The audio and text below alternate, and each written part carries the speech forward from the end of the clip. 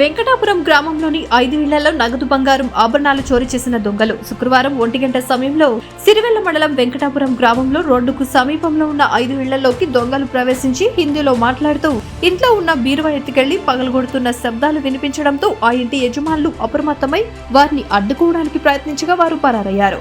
5 ఇళ్లలో కలిపి 75,000 రూపాయల నగదు బంగారం మరియు అలంకారాలు తీసుకెళ్లారని బాధితులు చెబుతున్నారు.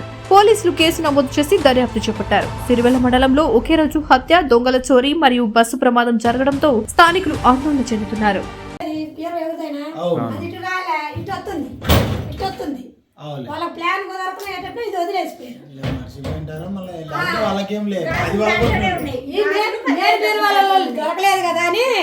ఈ బీరువాలు ఉండాలని వెళ్ళిపోయారు.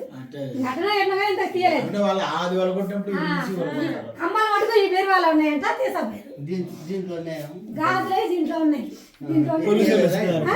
లేవంటే అప్పుడు చూసి లేదప్పుడు చూడలే. అది వాళ్ళ మనిషి వచ్చినాక ఇంట్లో ఉన్నాయి.